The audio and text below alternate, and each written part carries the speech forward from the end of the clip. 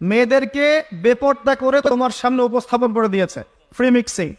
এখন তুমি আর ইমান ধরে রাখতে পারছো না। এটা পরিকল্পিত ছিল, কারণ আল্লাহ পাক বলেছেন যুজ্জিনা লিন-নাস হুব্বুশ শাহাওয়াতি মিনান নিসা। মানুষের জন্য সবচেয়ে যে আকর্ষণীয় বিষয়গুলো, তার মধ্যে এক নাম্বার হচ্ছে মহিলা, মানে মেয়ে, নারী জাতি। এটা আমাদের কাছে সবচেয়ে আকর্ষণীয়।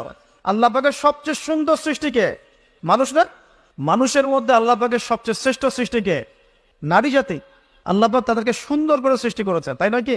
এই কারণে পুরুষদের সবচেয়ে আকর্ষণের জায়গা কোনটা? নারী জাতি। এই কারণে মেয়েদেরকে বেপর্দা করে তোমার সামনে ছেড়ে দেওয়া হয়েছে। জেনা বেড়েছে, ব্যভিচার বেড়েছে, ফ্রি মিক্সিং বেড়েছে, ধর্ষণ বেড়েছে, এই যে হারাম প্রেমের সম্পর্কগুলো বেড়েছে। যুবকেরা তাদের জীবনের উদ্দেশ্য ভুলে গেছে। আমার কথা কি বুঝতে পারছেন? আচ্ছা, এটা এক নাম্বার। দুই, মাদক। মাদক, যুবকদের সামনে মাদকের সহজলভ্যতা।